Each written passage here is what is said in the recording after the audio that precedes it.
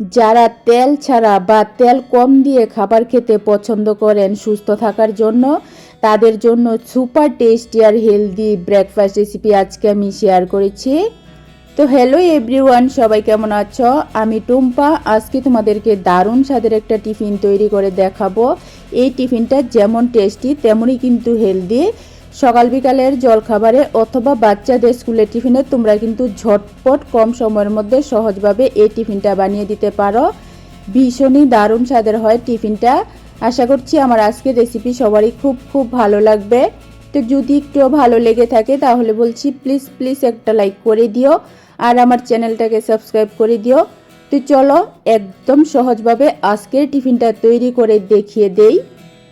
প্রথমে দেখো, এখানে আমি একটা মিক্সিং বল নিয়েছি। মিক্সিং বলের মধ্যে আমি নিয়েছি এক বাটি আটা। তোমরা চাইলে ময়দা দিয়েও করতে পারো, তবে আটা কিন্তু হেলদি অপশন। তারপর এই আটার মধ্যে দিয়ে দিতে হবে পরিমাণ মতো লবণ। দেওয়ার পর আটার সাথে লবণটাকে একটু ভালো করে মিশিয়ে নিতে হবে। লবণটা আটার সাথে মেশানো হয়ে গেলে এখন দিয়ে দিচ্ছি আমি 1 চামচ তেল।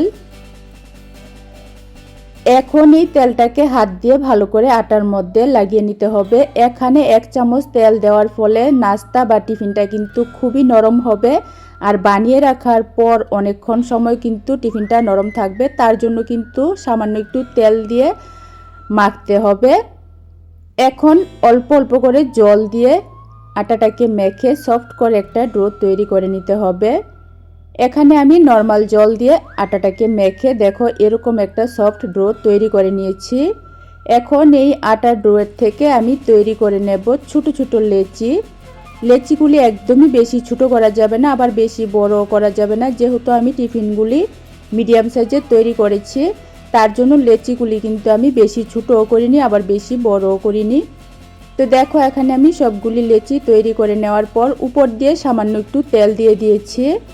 তেলটা দেওয়ার ফলে এই লেচিগুলি কিন্তু রেস্টে রাখার পর নরম থাকবে। তার জন্য কিন্তু অবশ্যই এখানে একটু তেল লেচিগুলির মধ্যে লাগিয়ে রাখতে হবে।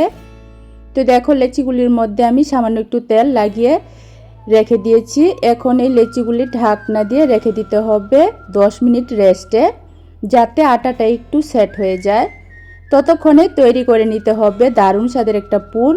পুরের জন্য দেখো এখানে আমি একটা মিক্সিং জার নিয়েছি। মিক্সিং জারের মধ্যে আমি আধা চামচ দিয়েছি গোটা ধনিয়া, তারপর দিয়ে দিচ্ছি আধা চামচ গোটা জিরা, 3টা কাঁচা লঙ্কা দিয়েছি আমি এরকম ছোট করে কেটে। তারপর দিয়ে দিচ্ছি আমি মিডিয়াম সাইজের একটা পেঁয়াজ এরকম বড় করে টুকরো করে কেটে। এখন নিয়েছি দেখো আমি মটরশুঁটি। এখানে আমি 1 বাটি মটরশুঁটি নিয়েছি। যেহেতু এখন শীতকাল, মটরশুঁটি কিন্তু খুবই ভালো পাওয়া যায়, তার জন্য আজকের পুরটা কিন্তু আমি মটরশুঁটি দিয়ে তৈরি করেছি। মটরশুঁটি কিন্তু স্বাস্থ্যের জন্য খুবই ভালো, বাচ্চাদেরকে কিন্তু এভাবে তৈরি করে তোমরা খাওয়াতে পারো। তো দেখো এরকম কিন্তু একটু গোটা গোটা রেখে পেস্ট করে নিতে হবে।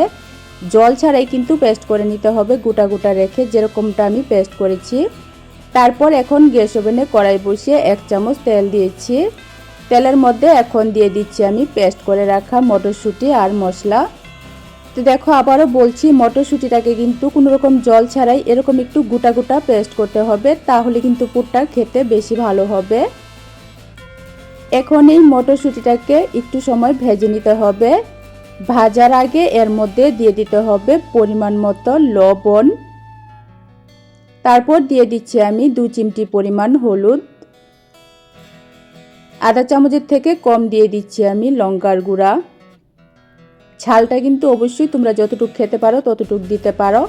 বাচ্চাদের জন্য করলে কিন্তু ঝালটা অবশ্যই কমিয়ে দেবে। যেহেতু আমি মটরশুঁটি পেস্ট করার সময় কাঁচা লঙ্কা দিয়েছি, সেদিকটা কিন্তু খেয়াল রেখে গুঁড়া লঙ্কাটা দিতে হবে। তো এখন কিন্তু মটরশুঁটিটাকে একটু সময় ভালো করে ভেজে নিতে হবে। তো দেখো মটরশুঁটিটাকে কিন্তু আমি কিছুক্ষণ সময় একটু ভালো করে ভেজে নিয়েছি। তারপর এখন এর সাথে দিয়ে দিচ্ছি আমি মিডিয়াম সাইজের 2টা সিদ্ধ করা আলু। 2টা মিডিয়াম সাইজের আলু সিদ্ধ করে হাত দিয়ে আমি একটু ভেঙে নিয়েছি। তারপর এখন দিয়ে দিচ্ছি আমি সামান্য একটু গরম মশলার গুঁড়া। এখন দিয়ে দিচ্ছি আমি কিছুটা ধনেপাতা কুচি। দেওয়ার পর সব কিছু ভালো করে মিশিয়ে নাড়াচাড়া করে কিছুক্ষণ সময় ভেজে নিতে হবে। অল্প একটু সময় কিন্তু আলুটাকে ভেজে নিতে হবে, তাহলেই কিন্তু খুবই দারুণ স্বাদের টেস্টি আর হেলদি এই পুরটা তৈরি হয়ে যাবে। বেশিক্ষণ সময় কিন্তু লাগে না। আর এই পুরটা তৈরি করতে দেখতেই পেয়েছো একদমই কম পরিমাণ তেল দিয়েছি আমি। তো দেখো নাড়াচাড়া করে সব কিছু মিশিয়ে পুরটা আমি রেডি করে নিয়েছি। এখন এই পুরটাকে নামিয়ে নিতে হবে। এদিকে দেখো লেচিগুলি আমি তেল মাখিয়ে 10 মিনিটের মতো রেস্টে রেখেছিলাম। তেলটা মাখিয়ে রাখার ফলে কিন্তু লেচিগুলি দেখো একদমই নরম আছে। আর এরকম কিন্তু নরম থাকলেই রেসিপিটা বেশি ভালো হবে। তার জন্য কিন্তু অবশ্যই লেচিগুলির মধ্যে একটু তেল লাগিয়ে রাখতে হবে। তারপর দেখো এখন আমি একটা লেচি নিয়ে হাত দিয়ে দেখো হালকা করে চেপে একটু বড় করে নিয়েছি। লেচিগুলির মধ্যে কিন্তু তেলটা লাগিয়ে রাখার ফলে লেচিটা যে একদমই নরম হয়ে গেছে, আর হাত দিয়ে কিন্তু চাপ দিলেই খুবই সহজভাবে কিন্তু এটা বড় হয়ে যাচ্ছে। তারপর এটাকে একটু বেলে নিতে হবে, যতটুকু সম্ভব পাতলা করে আর বড় করে লম্বা করে কিন্তু বেলে নিতে হবে। তেল লাগানোর ফলে কিন্তু বেলা একদমই সহজ হয়ে যায়, আর এটা কিন্তু একদমই সুন্দর একদম পাতলা হয়ে যায়। তো দেখো এরকম বড় করে পাতলা করে আমি একটা রুটি বেলে নিয়েছি। বেলে নেওয়ার পর এখন যে মটরশুঁটি আর আলু দিয়ে পুরটা তৈরি করে রেখেছিলাম সেই পুরটা দেখো পরিমাণ মতো আমি রুটির একটা কিনার করে দিয়ে দিচ্ছি। পুরটা দিয়ে দেওয়ার পর হাত দিয়ে একটু ভালো করে সমান করে দেখো এভাবে একটু লম্বা শেপ করে দিতে হবে। তারপর এখন এই রুটিটাকে ভাঁজ করে নিতে হবে পুরটার উপর দিয়ে। দেখো একটু মনোযোগ দিয়ে দেখলে কিন্তু তোমরা সহজভাবে এই নাস্তা বা টিফিনটা বানিয়ে নিতে পারো। খুবই টেস্টি আর খুবই দারুণ স্বাদের হয়, কিন্তু বিশ্বাস করো একবার অবশ্যই বানিয়ে খেয়ে দেখো। তো দেখো এভাবে কিন্তু আমি রুলের মতো করে ভাঁজ করে নিয়েছি। নেওয়ার পর হালকা হাতে একটু চাপ দিয়ে দিচ্ছি যাতে পুরটা একটু সম পরিমাণ সব দিকে ছড়িয়ে যায়। তারপর এখন দেখো এভাবে ঘুরিয়ে ঘুরিয়ে নাস্তাটা আমি একটা সুন্দর শেপে তৈরি করে নিচ্ছি। এভাবে দেখো ঘুরিয়ে খুব সুন্দর করে কিন্তু গোল করে টিফিন বা নাস্তাটা আমি তৈরি করে নিয়েছি। এখন হালকা হাতে একটু চেপে আর একটু বড় করে নিচ্ছি। তো দেখো হালকা করে একটু হাতে চাপ দিয়ে দিয়ে এরকম একটু সুন্দর করে শেপ করে একটু বড় আর পাতলা করে নিয়েছি। একটা টিফিন কিন্তু তৈরি করা হয়ে গেছে। একইভাবে আমি আরেকটা তৈরি করে দেখিয়ে দিচ্ছি।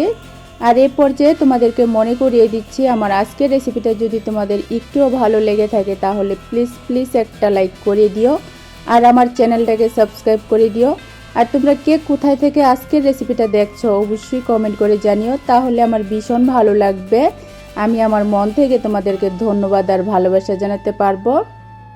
তো এইভাবে দেখো পুরটাকে একটা কিনার করে দেওয়ার পর রুলের মতো করে কিন্তু এটাকে ভাঁজ করে নিতে হবে। এই টিফিনটা বানানো যেমন সহজ তেমন খেতে কিন্তু দুর্দান্ত স্বাদের হয়। বাচ্চাদের কিন্তু তৈরি করে দিলে বাচ্চারা কিন্তু টিফিন বক্স একদমই খালি করে আসবে, আমি এটা গ্যারান্টি দিয়ে বলতে পারি। এই টিফিনটা কিন্তু সত্যি অনেক টেস্টি আর মজার হয়।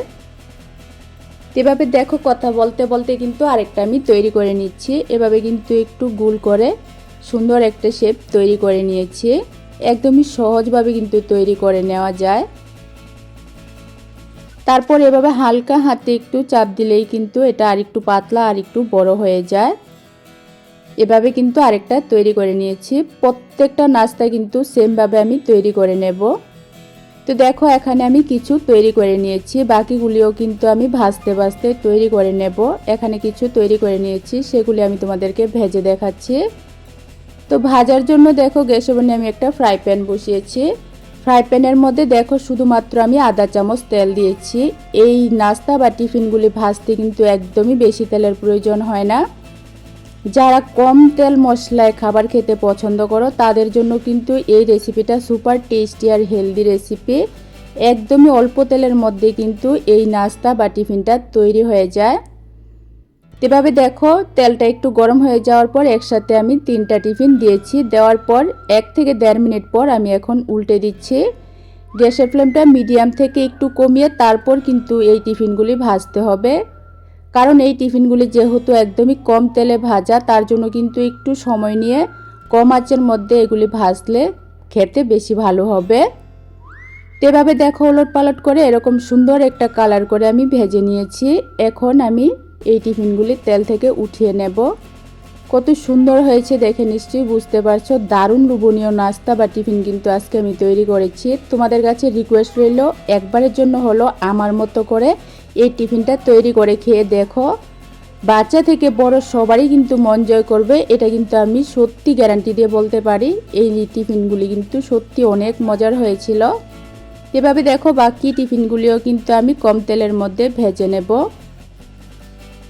তো দেখো এভাবে সবগুলি টিফিন কিন্তু আমি ভেজে নিয়েছি। টিফিনগুলি দেখতে যেমন সুন্দর লোভনীয় হয়েছে, খেতেও কিন্তু দারুণ হয়েছিল। তো তোমাদের কাছে আজকে আমার এই টিফিন রেসিপি কেমন লেগেছে অবশ্যই কমেন্ট করে জানিও। ভালো লাগলে লাইক কমেন্ট শেয়ার করো, চ্যানেলটাকে সাবস্ক্রাইব করে দিও। তো দেখো আমি ভেঙেও দেখিয়ে দিচ্ছি কত সুন্দর হয়েছে। প্রত্যেকটা কামড়ের মধ্যে কিন্তু এই পুরটা পড়বে, পুরটা কিন্তু চারিদিকে ছড়িয়ে আছে। তো আবার আরেকটা রেসিপি নিয়ে আসবো। আজকের জন্য টাটা।